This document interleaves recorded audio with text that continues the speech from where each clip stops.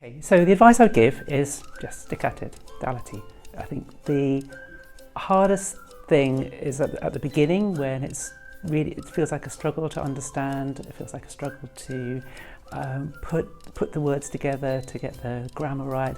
But I would just say, keep going, because it will come in time, and you'll feel like the language starts to click and to make sense. So yeah, just keep going.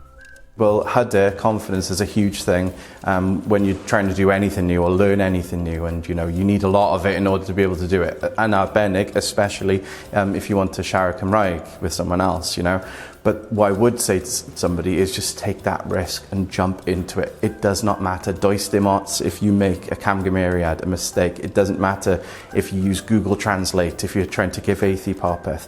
If you're having a go, that's all anyone could ever ask of you. I think that there's been unwritten something in the aura that says that you should do it this way, you should do it this way.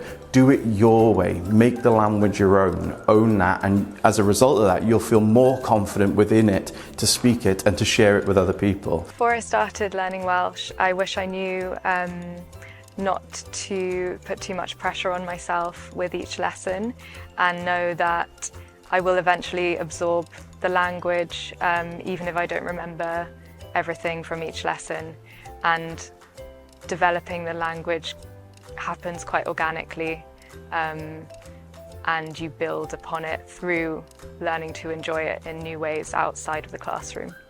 My number one tip is to just give it a go, and then give it another go, and then another go. Just when you think, oh, I don't know, you'll find that it will go up and down, peaks and troughs. I have moments where I don't feel quite as confident as I did the week before, but then it comes back to you and you'll find there's so much support. So go for it, and then put yourself out there and tell people that you're trying to learn, and you will find there is such a supportive community, and that people are really keen to give you opportunities to use your Welsh.